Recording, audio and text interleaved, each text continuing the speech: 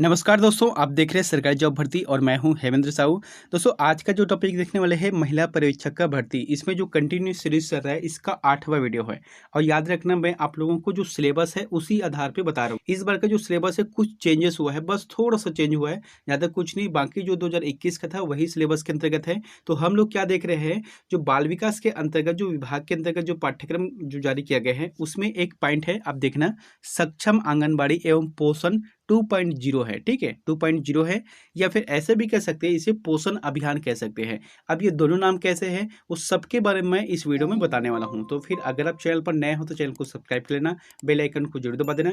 और इसका जो फ्री पीडीएफ है आप टेलीग्राम चैनल पर जाके डाउनलोड कर सकते हो। इसमें कोई चार्जेस नहीं है, कोई शुल्क नहीं है, आप इसे डाउनलोड करके पढ़ सकते हो। ठीक है, तो चलते हैं वीडियो की तरफ। यहाँ पर आप लोगों के लिए जो पिछला वीडियो में होमवर्क दिया था उसको देख लेते हैं कि छत्तीसगढ़ राज्य में वर्तमान महिला एवं बाल विकास आयोग के मंत्री कौन है। तो इसका जो आंसर आ जाएगा अनिला भेड़िया रहेगा। देखो, बाल विकास आयोग के जो मंत्री है वहाँ अनिला भेड़िया है। ठीक है, लेकिन अगर इसके अध्यक्ष पूछता है तो किरणमयी नायक इसका आंसर सही रहेगा। अब चलते हैं आज की प्रश्न की तरफ। यहाँ पर हम लोग जो देख रहे हैं वहाँ थ्योरी में देख रहे हैं। ठीक है, इसके बाद जैसे मैं थ्योरी पढ़ा रहा हूँ, इसके बाद जब हो जाएगा तो आपको मैं इसका वस्तुनिष्ठ भी बता दूंगा। लेकिन जैसे कि बाकी सामान्य ज्ञान का है, रीजनिंग का है, छत्तीसगढ़ है, इंडियन जीएस है, करंट अफेयर का है, इन सभी का वस्तुनिष्ठ के हिसाब से चलेगा। लेकिन सिर्फ ये वाला जो टॉपिक चल रहा है वहाँ आपको डिटेल के साथ पढ़ना है, क्योंकि इसमें से जो भी प्रश्न बनता है वह डिटेल के हिसाब से ही बनता है, इसी के अंतर्गत बनता है। ठीक है, तो चलते हैं यहाँ पर। सबसे पहले क्या है देख लेते हैं कि सक्षम आंगनबाड़ी एवं पोषण 2.0 है, जिसे कहा जाता है पोषण अभियान। अब क्यों कहा जाता है ये प्रश्न बनता है, तो यहाँ पर देखते हैं। बड़े ध्यान से समझना, बहुत ही अच्छा से आराम से बताने वाला हूँ। ठीक है, इसमें कि क्या लिखा है कि भारत सरकार द्वारा वर्ष 2018 में कुपोषण के स्तर में कमी लाने के लिए एक वृहद अभियान के रूप में राज्य के सभी जिलों में पोषण अभियान का शुभारंभ किया था। क्या बोला गया है, सबसे पहले भारत सरकार, यानी कि ये जो योजना है वहाँ भारत सरकार की योजना है। ठीक है, जो कि राज्य पूरे देश के सभी राज्यों के लिए है, तो उसमें भी छत्तीसगढ़ आता है। तो ये जो है छत्तीसगढ़ के जितने भी जो जिले हैं उसमें इस अभियान को शुभारंभ किया गया है। ठीक है, अब देखो यहाँ पर क्या लिखे है, वर्तमान में दिनांक 1/8/2022, कब है, 1/8/2022 को भारत सरकार द्वारा पोषण अभियान को, क्या है, पोषण अभियान को नवीनतम स्वरूप यानी कि सक्षम आंगनबाड़ी एवं पोषण 2.0 के रूप में लागू किया गया है। यानी कि जिस समय भारत सरकार ने लागू किया था उस समय इसका नाम क्या था, पोषण अभियान था। लेकिन 1 अगस्त 2022 को भारत सरकार ने इसके नाम को परिवर्तन कर दिया है। अब जो परिवर्तित नाम कौन सा है, सक्षम आंगनबाड़ी एवं पोषण 2.0 है। आप कभी कभी कंफ्यूज मत हो जाने कि सक्षम आंगनबाड़ी 2.0 है और एक है पोषण अभियान है, तो इसमें अंतर क्या है, दोनों एक ही है, बस समय के हिसाब से उसके नाम को परिवर्तन किया गया है। ठीक है, ये हो गया। आप इसके लोगों को भी देख सकते हो, ये है लोगो, आप इंटरनेट में भी जाके देख सकते हो, पोषण अभियान लिखा है। ठीक है, इसमें क्या लिखा है लास्ट में, सही पोषण देश रोशन, ये जो है इसका ध्येय वाक्य है या आदर्श वाक्य कह सकते हैं, क्योंकि ये लोगों में लगा हुआ है। ठीक है, अब चलते यहाँ पर इसके अगले पॉइंट की तरफ। क्या लिखा है, इसके लक्ष्य एवं घटकों का विवरण निम्नानुसार है। कौन कौन से इसके अंतर्गत शामिल किया गया उस चीज को देखते हैं। सबसे पहले क्या है, पोषण अभियान के मुख्य बिंदु। ठीक है, तो पोषण अभियान के मुख्य बिंदु कौन कौन से हो सकते हैं। सर्वप्रथम आता है समुदाय आधारित गतिविधि का आयोजन, जिसे कहा जाता है CBE कहा जाता है। ठीक है, समुदाय आधारित गतिविधि का आयोजन होता है ये। अब इसके अंतर्गत देखते हैं कि समुदाय आधारित गतिविधियों के माध्यम से प्रत्येक माह आंगनबाड़ी में एक विशिष्ट सामुदायिक गतिविधि का आयोजन किया जाता है। यानी कि आपके आंगनबाड़ी में, अगर आप किसी भी गांव या शहर को देखना, आपके आसपास तो आंगनबाड़ी होगा ही, उसमें जो है प्रत्येक महीने में कोई न कोई दिन ऐसा रहता है जिसमें इस गतिविधि का कार्यक्रम किया जाता है, आयोजन किया जाता है, जिसमें ग्राम स्तर पर ग्रामवासियों को कुपोषण के संदर्भ में जागरूक करते हुए पोषण एवं स्वास्थ्य संबंधी संदेश दिए जाते हैं। हालांकि ये सभी लोगों को पता नहीं चलता, जो हितग्राही है उसी लोगों को यहाँ बुलाया जाता है। जैसे हितग्राही में कौन कौन से हैं, 0 से 6 वर्ष तक के बच्चे हैं। ठीक है, 14 से 49 वर्ग की जो महिलाएं हैं या गर्भवती महिलाएं हैं, तो इन सभी को, जो किशोरी अवस्था में है, इन सभी को यहाँ पर बुलाए जाते हैं। इस कार्यक्रम के अंतर्गत गर्भवती महिलाओं के लिए गोद भराई है, 6 माह पूर्व किए गए बच्चों का अन्नप्राशन है, पुरुषों की सहभागिता सुनिश्चित करते हुए पोषण दिवस है, और शाला पूर्व शिक्षा को प्रोत्साहित दिए जाने हेतु अनौपचारिक शिक्षा प्रवेश दिवस एवं जन जन स्वास्थ्य संबंधी संदेश जैसे कि स्वच्छता है, स्वास्थ्य आदि पर जागरूकता हेतु जन स्वास्थ्य दिवस आयोजित किया जाता है। ये जो है जन स्वास्थ्य दिवस आयोजित किया जाता है, जिसके अंतर्गत आपके जैसे पोषण संबंधी है, स्वास्थ्य संबंधी, इन सभी के यहाँ पर जानकारी दिया जाता है। तो ये क्या है, इसके अंतर्गत आता है। ठीक है, इसके दूसरा पॉइंट को देखते हैं। दूसरा पॉइंट में क्या है, जन आंदोलन है। कोई भी चीज को अगर कर रहे हैं ना, तो उसको जन आंदोलन बना दो, तो वो खुद ब खुद जो है काम जो है सफल हो जाएगा। यहाँ पर क्या लिखा है, अभियान को जन आंदोलन के रूप देकर समुदाय की सहभागिता में कुपोषण से सुपोषण की ओर यात्रा का व्यापक स्वरूप देना है। ठीक है, अगर जन आंदोलन बनाते हैं तो कोई भी चीज का व्यापक रूप हो जाता है।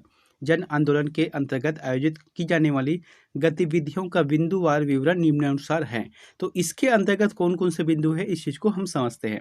सबसे पहले क्या है, सूचना शिक्षा संचार, आई आईईसी है। ठीक है, आईईसी है। देखो यहाँ पर थोड़ा सा समझ लेना है, जन आंदोलन को बोला गया है। अब जन आंदोलन के अंतर्गत हम किस तरीके से अलग अलग जो गतिविधि है उसको कर सकते हैं, इसके बारे में। ठीक है, जैसे कि पहले अंतर्गत क्या है, सूचना शिक्षा का संचार करना है।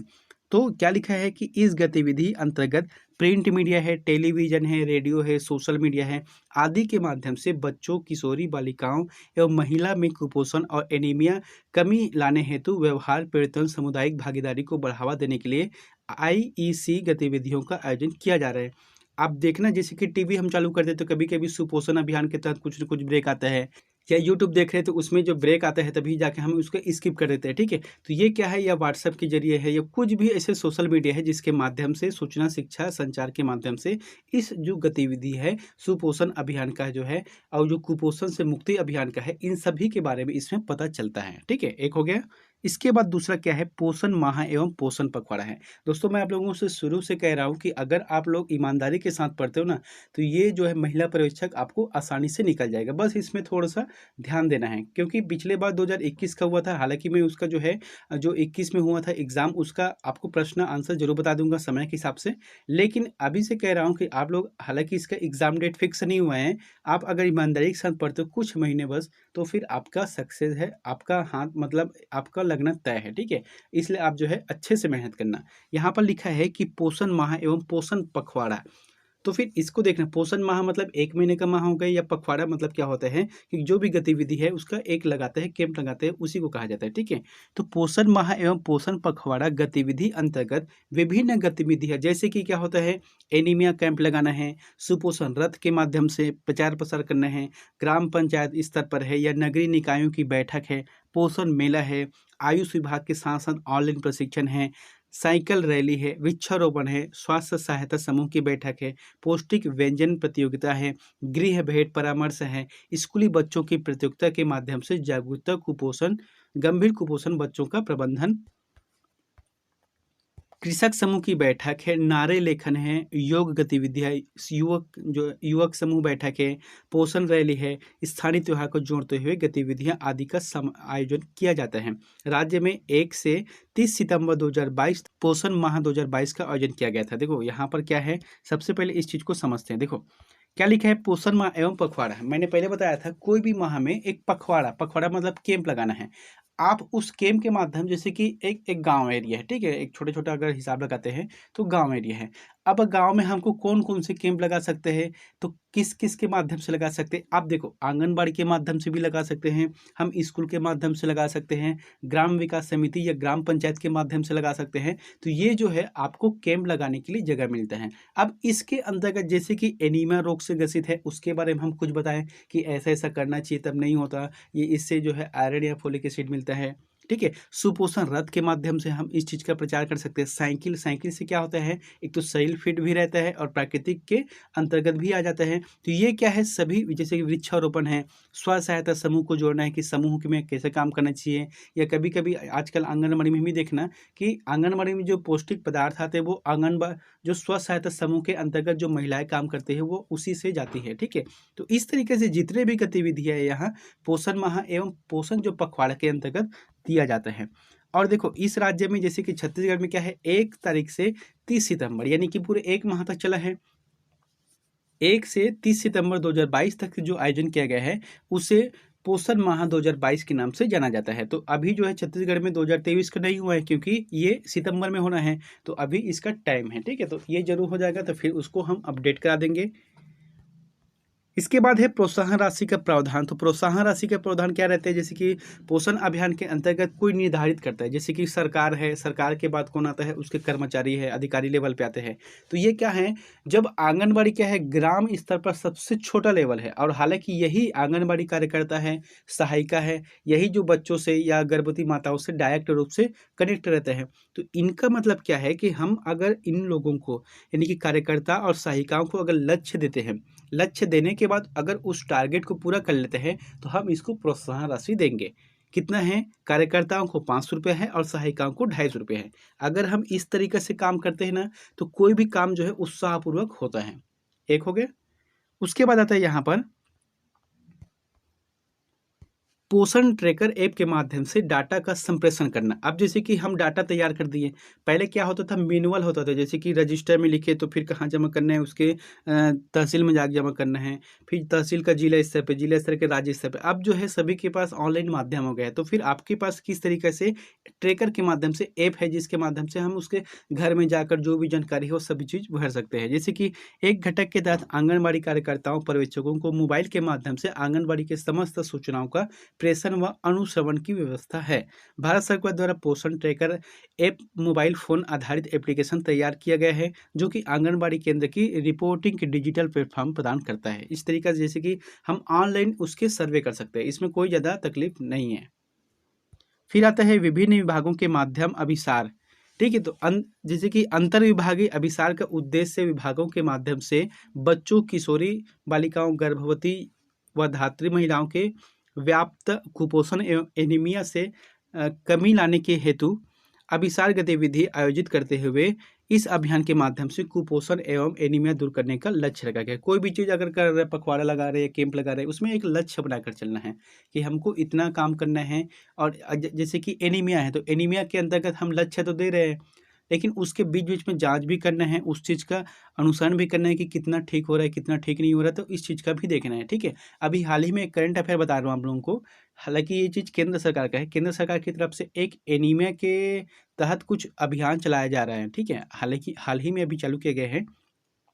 छत्तीसगढ़ में भी माननीय प्रधानमंत्री जी आए थे, तो इस बात का भी उल्लेख किया गया है। तो जितने भी एनीमिया से ग्रसित है उनका सर्वे किया जाएगा, और सर्वे किया जाएगा तो उसको एक टीकाकरण के लिए भी किया जाएगा। कल के न्यूज़ में इसको दिया था, उसमें जो है एक टीकाकरण दिया जाएगा। जो माताएं, बहनें या जो भी भाई हैं, वो अगर एनीमिया से ग्रसित है, उसमें लक्षण लगता है 2%, 4%, 5%, तो उसमें से आपको एक डोज दिया जाएगा, जो कि टीकाकरण के माध्यम से होगा। ठीक है, एनीमिया क्या रहता है, जैसे कि एक सेल रहता है, ब्लड का सेल, वो गोल रहता है, और जो एनीमिया से ग्रसित व्यक्ति है उसका सेल जो है हंसी आकार में रहता है। तो यही जो इसमें है। फिर आता है पोषण वाटिका। तो पोषण वाटिका क्या है, उद्यानिकी, आयुष एवं पंचायत विकास के साथ अभिसरण करते हुए राज्य में 17,376 आंगनबाड़ी केंद्रों और 3,838 शासकीय भवनों और 28,741 गांव शहर में उपयुक्त स्थानों एवं 87,160 घरों की बाड़िया छतों में पौष्टिक पोषण वाटिकाओं का निर्माण किया जा रहा है। देखो, यहाँ पर जितना भी डाटा दिया हो ना, इसके आधार पर क्या है कि अगर आपके घर में कोई बाड़ी है, अगर बाड़ी नहीं है तो छत है, तो छत में हम किस तरीके से पोषण वाटिका, यानी कि हमको जो पोषण जो दे सकता है उस चीज़ का हम उगा सकते हैं। जैसे कि सामान्य रूप से क्या है, एक तो है पालक भाजी है। ठीक है, जैसे बाड़ी है तो बाड़ी में क्या है, मुनगा का पेड़ लगाना है, या अगर घर के छत है उसमें जो है चुकंदर का है, या कुछ भी ऐसा चीज़ जो कि पोषण आधारित रहना चाहिए, तो सीधे तौर पे बहुत जल्दी हमारे शरीर पर इफेक्ट करता है। तो इस तरीके से जो भी गतिविधि है उसके अपने बाड़ी या छत में पोषण वाटिकाओं का निर्माण करना है। अब देखते हैं दोस्तों, यहाँ पर उस उद्देश्य एवं लक्ष्य को देखते हैं। ठीक है, जो पोषण अभियान चलाया जा रहा है, तो इसका उद्देश्य क्या है, कोई ना कोई उद्देश्य रहता है तभी तो कार्य करता है, बिना उद्देश्य के कोई कार्य नहीं करता। जैसे कि आप लोग अभी पढ़ रहे, तो पढ़ क्यों रहे, कोई ना कोई उद्देश्य है आपका, इस वैकेंसी के तहत इस पोस्ट में आपको चयन होना है, तो यही उद्देश्य है। तो उद्देश्य अब इसका लक्ष्य क्या रखा गया है, यहाँ पर देखते हैं। सबसे पहले क्या है, 0 से 6 वर्ष के बच्चों में ठिकरेपन से बचाव एवं इसके कुल 6% 2% की दर से कमी लाना है। देखो, इसमें क्या बोला गया है, जैसे कि 0 से 6 वर्ष तक जो बच्चे रहते हैं उसमें ठीकनेपन है, यानी कि जो बौनापन रहता है उसमें दूर लाना है, इसमें कमी लाना है, और भी कितना है 2% की कमी लाना है। उसके बाद है 0 से 6 वर्ष के बच्चों का अल्प पोषण से बचाव एवं इसमें कुल 6% प्रति वर्ष 2% की दर से कमी लाना है। कुल मिलाकर 6% है, और प्रति वर्ष अगर देखा जाए तो फिर 2 वर्ष की कमी लाना है अल्प पोषण, यानी कि उसको पोषण सही मात्रा में देना है। ठीक है, फिर आता है 6 से 59 माह के बच्चों में एनीमिया के प्रतिशत प्रति वर्ष 3% की कमी लाना है। सबसे ज़्यादा तो यही है एनीमिया के ग्रसित, क्योंकि पोषण ठीक से नहीं मिल पाता तो स्वाभाविक रूप से इसमें आयरन की कमी हो ही जाता है। उसके बाद है 15 से 49 वर्ष की किशोरियों, गर्भवती एवं धात्री माताओं में एनीमिया के प्रसार में कुल 9% और प्रति वर्ष 3% की दर में कमी लाना है। ठीक है, और साथ ही अंतिम का क्या है, कम वजन के साथ जन्म लेने वाले बच्चों की जो संख्या है उसमें कुल 6% प्रति वर्ष 2% की दर से कमी लाना है। तो इसमें जो उद्देश्य रखा गया है कि वजन को बढ़ाना है। ठीक है, अगर कोई एनीमिया से ग्रसित है उसे दूर करना है, पोषण में कमी आ रहा है तो उसको दूर करना है। तो इस तरीके से जो पोषण अभियान के अंतर्गत जो मैंने बताया है वह काफ़ी इंपॉर्टेंट है, आप इस चीज़ को जरूर देखना। सक्षम आंगनबाड़ी एवं पोषण अभियान 2.0 के अंतर्गत इस चीज़ को दिया गया है। ठीक है, अब चलते आप लोगों के लास्ट में एक प्रश्न है, आपको इसका आंसर हमें कमेंट बॉक्स में जाकर जरूर बताना है। प्रश्न क्या लिखा गया है कि पोषण अभियान के अंतर्गत इसके आदर्श वाक्य कौन सा है। मैंने आपको बताया भी था, तो पोषण अभियान के अंतर्गत इनके आदर्श वाक्य कौन सा है आपको बताना है। जैसे कि ऑप्शन क्या है, एक देश एक पोषण है, दूसरा है सही पोषण देश रोशन है, तीसरा है बच्चों के लिए सही पोषण है, और चौथा है अन्न ही धन है। इन चारों में जो भी ऑप्शन आपको सही लगता है तो प्लीज़ कमेंट बॉक्स में जाकर जरूर कमेंट करें। मिलते हैं नेक्स्ट वीडियो में एक नई जानकारी के साथ। Thank you.